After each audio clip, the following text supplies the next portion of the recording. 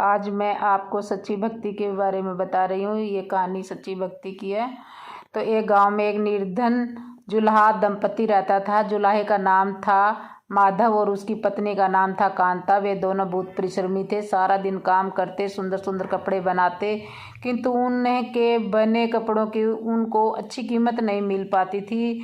फिर भी जो मिलता था उसी में संतुष्ट रहते थे और एक टूटी फूटी झोंपड़ी में रहकर अपना जीवन व्यतीत कर रहे थे।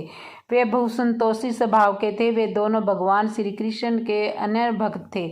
दिन भर के परिश्रम के बाद जो भी समय मिलता वे दोनों भगवान के भजन कीर्तन में बिता देते थे। माधव के पास एक तानपुरा और एक खड़ताल थी। जब वह दोनों मिलकर भजन गाते थे तो माधव तानपुरा बजाता था और उसकी पत्नी खड़ताल बजाती थी। फिर तो दोनों भगवान के भजन में ऐसा डूब जाते थे कि उनको अपनी भूख प्यास की भी चिंता नहीं रहती थी।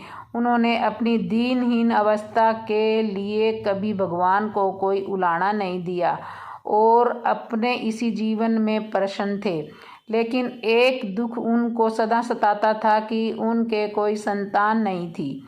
इसको लेकर वह सदा चिंतित रहा करते थे। चिंता तो थी, फिर भी दोनों सदा भगवान की भक्ति में मगन रहते थे।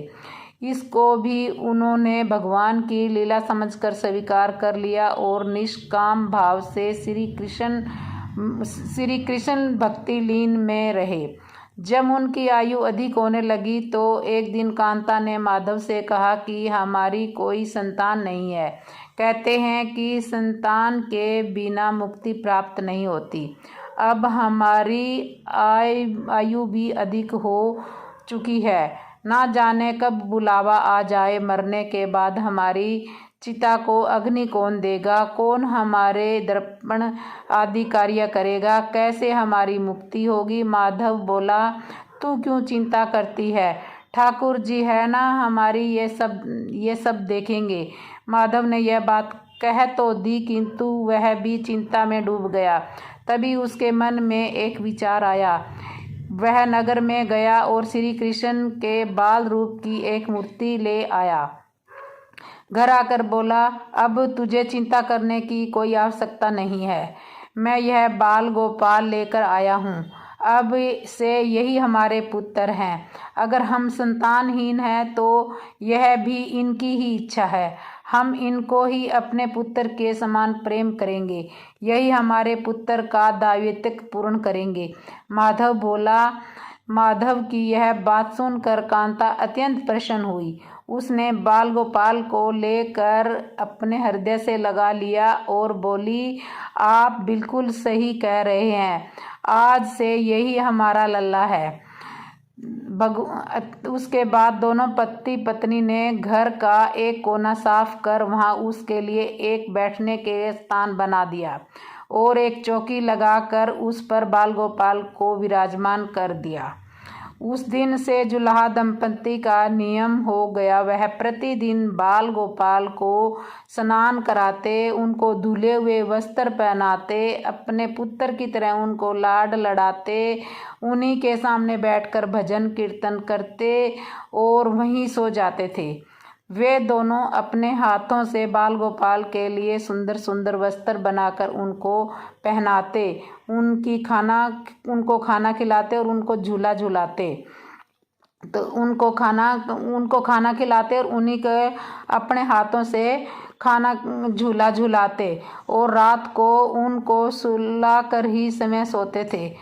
इन सब में उनको बड़ा आनंद आता था। धीरे धीरे दोनों बाल गोपाल को अपनी संतान के समान ही प्रेम करने लगे। बाल कृष्ण अब उनके परिवार का हिस्सा बन गए थे। कांता का नियम था कि वह रोज पहले अपने हाथों से अपने लल्ला को भोजन कराती, फिर वह समय भोजन करती। लल्ला को भोजन कराते समय उसको ऐसा प्रतीत होता कि जैसे वह पुत्र को ही भोजन करा रही हो। उन दोनों के निश्चल प्रेम को देखकर करुणा निधान भगवान अत्यंत प्रसन्न हुए और उन्होंने अदृश्य रूप में आकर समय भोजन खाना आरंभ कर दिया। कांता जब प्रेम पूर्वक बाल गोपाल को भोजन कराती थी तो भगवान को प्रतीत होता था मानो वह अपनी माँ के हाथों से भोजन कर रहे हों। उनको कांता के हाथ से प्रेम पूर्वक मिलने वाले हर कोर में माँ का प्रेम प्राप्त होता था। भगवान श्री कृष्ण स्वयं माँ की उस प्रेम लीला के वशीभूत हो गई, किंतु कांता कभी नहीं जान पाई कि इस समय बाल गोपाल उनके हाथ से भोजन करते हैं। एक दिन कार्यवश बहुत अधिक होने के कारण कांता बाल गोपाल को भोजन कराना भूल गई। गर्मी का समय था। भरी दोपहरी में दोनों पति पत्नी कार्य करते करते थक गए और बिना भोजन किए ही सो गए। उनको सोए हुए कुछ ही देर हुई थी कि उनको एक आवाज़ सुनाई दी, मैया बाबा मुझको भूख लगी है। दोनों हड़बड़ा कर उठ गए। चारों ओर देखा, आवाज़ कहाँ से आई, किंतु कुछ दिखाई नहीं दिया। तभी अचानक लीला को याद आया कि आज उसने अपने लल्ला को भोजन नहीं कराया। वह हड़बड़ा कर उठी और दौड़कर लल्ला के पास पहुंची तो देखा कि बाल गोपाल का मुख कुम्हलाया हुआ है। इतना देखते ही दोनों पति पत्नी वहीं उनके चरणों में गिर पड़े। दोनों की आंखों में आंसुओं की धारा बह निकली। लीला बहुत भोजन लेकर आई और ना जाने कैसा प्रेम उमड़ा कि उसने लल्ला को उठाकर अपनी गोद में बैठा लिया और भोजन कराने लगी। दोनों पति पत्नी रोते जा रहे थे और लल्ला को भोजन कराते जा रहे थे। साथ ही बार बार उनसे अपने द्वारा हुए अपराध के लिए क्षमा मांगते जा रहे थे। ऐसा प्रगट प्रेम देखकर भगवान अत्यंत दृढ़ हुए और अंतर्यामी भगवान श्री हरि साक्षात रूप में प्रकट हो गए। भगवान ने अपने हाथों से अपने रोते हुए माता पिता की आंखों से आंसू पूछे और बोले, प्रिय भक्त, मैं तुम्हारी भक्ति और प्रेम से अत्यंत प्रसन्न हूँ। तुम जो चाहो वर मांग लो, मैं तुम्हारी प्रत्येक इच्छा पूर्ण करूँगा। इतना सुनते ही दोनों भगवान के चरणों में गिर पड़े और बोले, दया निधान, आप हमसे प्रसन्न है और समय हमारे सम्मुख उपस्थित है, इसी से हमारा जीवन धन्य हो गया। इससे अधिक हमें और क्या चाहिए? इससे अधिक किसी भी वस्तु का भला क्या महत्व हो सकता है? आपकी कृपा हम पर बनी रहे, बस इतनी कृपा करना।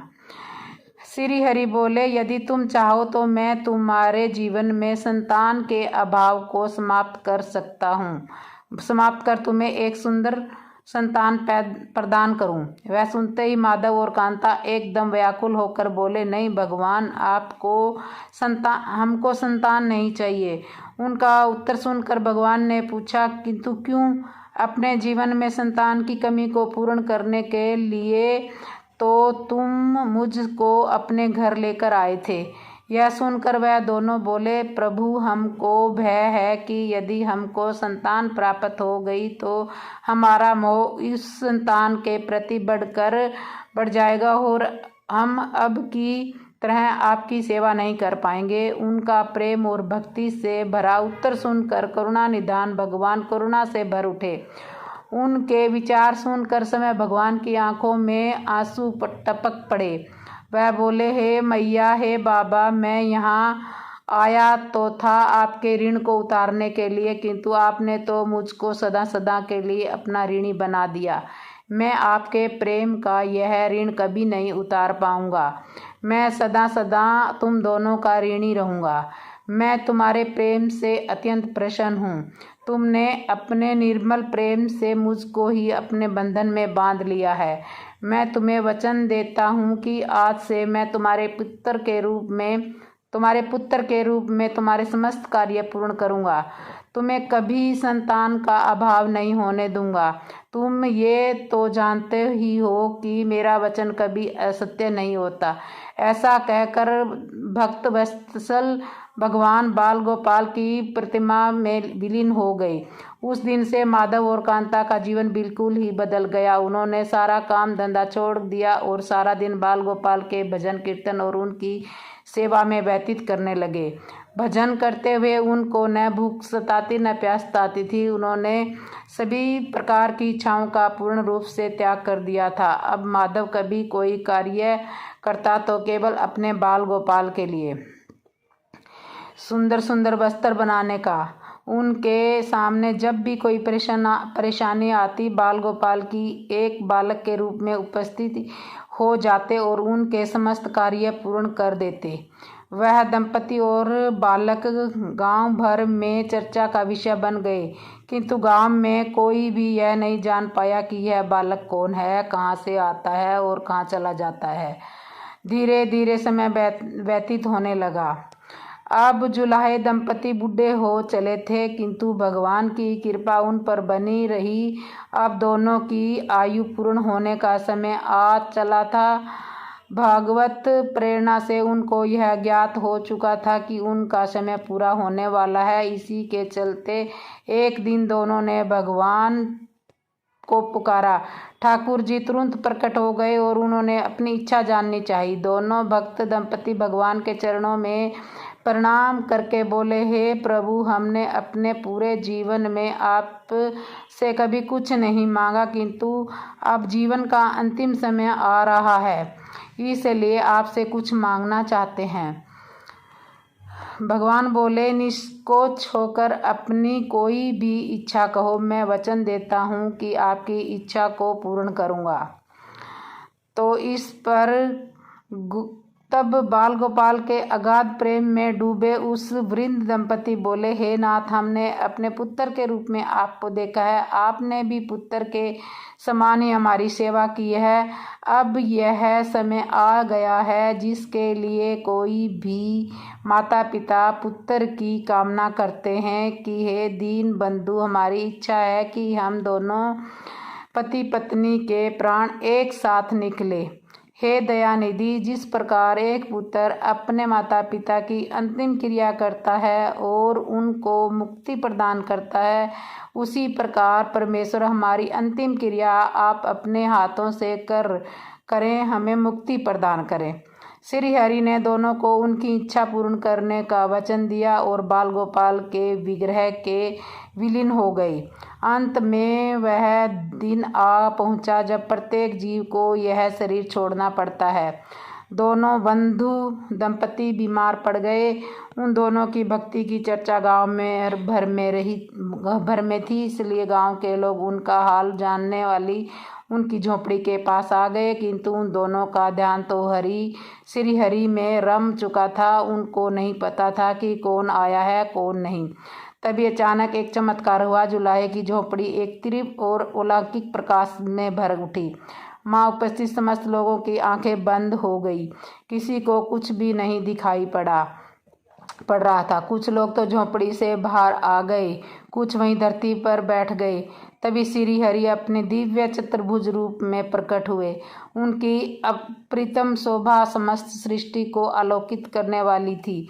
जो वातावरण में एक विविध सुगंध भर रही थी। वे अपनी मंद मंद मुस्कान से अपने उन भक्त माता पिता की ओर देख रहे थे। उनका यह दिव्य रूप देखकर दोनों वृंद अत्यंत आनंदित और मंत्रमुग्ध होते हुए जा रहे थे।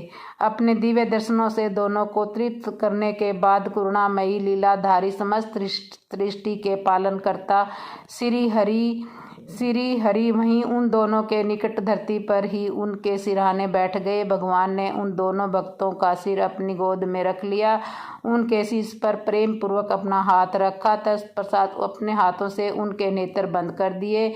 इतना करते ही तत्काल दोनों के प्राण निकल गए, श्री हरि में विलीन हो गए। पंचभूतों से बना शरीर पंचभूतों में विलीन हो गया। कुछ समय बाद जब यह दिव्य प्रकाश का लोप हुआ तो सभी उपस्थित ब्राह्मणों ने देखा कि वहाँ न तो माधव था, न ही कांता थी और न ही बाल गोपाल। बच्चे थे तो मात्र कुछ फूल जो धरती पर पड़े थे और एक दिव्य सुगंध जो वातावरण में चारों ओर फैली थी। विषीमत ब्राह्मणों ने श्रद्धा से उस धरती को नमन किया।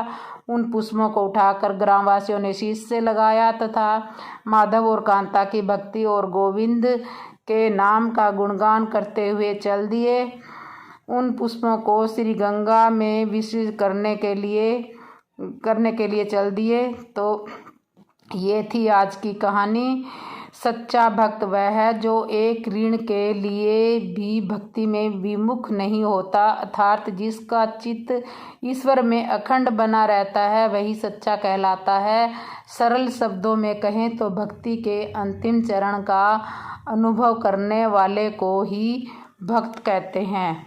तो ये थी आज की कहानी। कैसी लगी ये कहानी कमेंट में बताना।